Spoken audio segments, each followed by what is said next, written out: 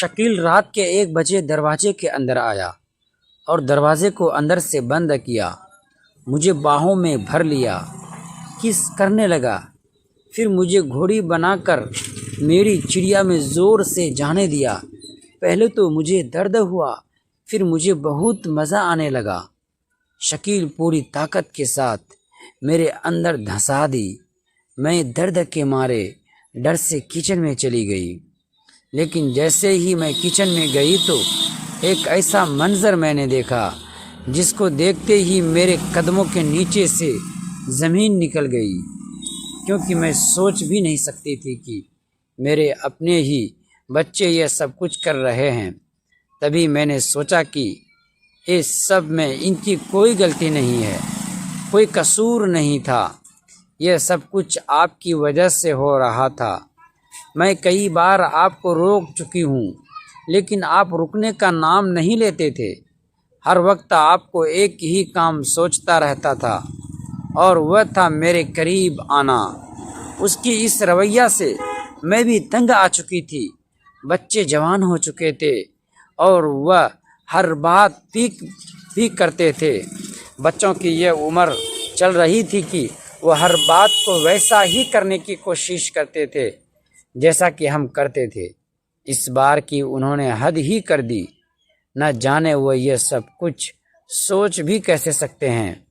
میرے تو دونوں بہن بھائیوں سے اعتبار ہی اٹھ چکا ہے۔ ساجدہ اور ساحل کی یہ حرکت جو میں نے آج اپنی آنکھوں سے دیکھی تھی، اس نے میری راتوں کی نیند اڑا دی تھی۔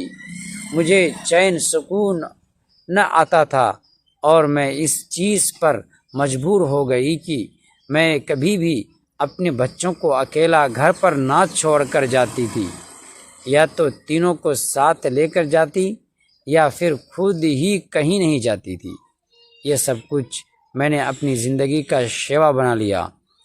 ساحل اور ساجدہ کی حرکت نے مجھے پاگل کر کے رکھ دیا ہے۔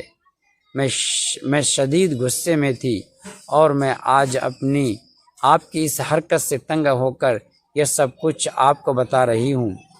جیسے میں نے یہ ساری کہانی شکیل کو بتائی تو ان پر حیرتوں کا پہاڑ ٹوٹ پڑا۔ اتنا ہی نہیں، میں نے ان کو یہ سب کچھ روکنے پر مجبور کیا تو یہ سن کر شکیل کے قدموں کے نیچے سے زمین کھسک گئی۔ وہ سوچ بھی نہیں سکتے تھے کہ ان کا یہ سب کچھ کرنا ان کے بچوں پر اثر ڈال سکتا ہے۔ میں تو ان کو کئی بار کہہ چکی تھی کہ بچے ہمیں دیکھتے ہیں، وہ جاگ رہے ہوتے ہیں، اپنے آپ کو کنٹرول میں رکھا کریں، لیکن ان کو میری بات سمجھ نہ آتی تھی۔ جب میں نے اس کو ایک خطرناک حقیقت میں آگاہ کیا تو وہ جان گئے تھے، خود ہی شرمندہ ہونے لگے، اور اس کے بعد انہوں نے مجھ سے کسی قسم کا کوئی مطالبہ نہ کیا۔ اب جب تک اس گھر میں رہے، انہوں نے مجھے کبھی بھی اپنے قریب آنے کا موقع تک بھی نہ دیا تھا۔ یہ سب کچھ بتانے کے بعد میری زندگی بھی سکون میں آ گئی تھی، اور بچوں پر بھی میں سخت کڑی نظر رکھتی تھی۔ اسی دوران جب ایک دن مجھے ضروری کام کے ساتھ دوبارہ گھر سے باہر جانا پڑتا، اور یہ ایسی جگہ تھی جہاں پر میں بچوں کو بھی ساتھ لے کر نہیں جانا چاہتی تھی۔ دوستو، اگلی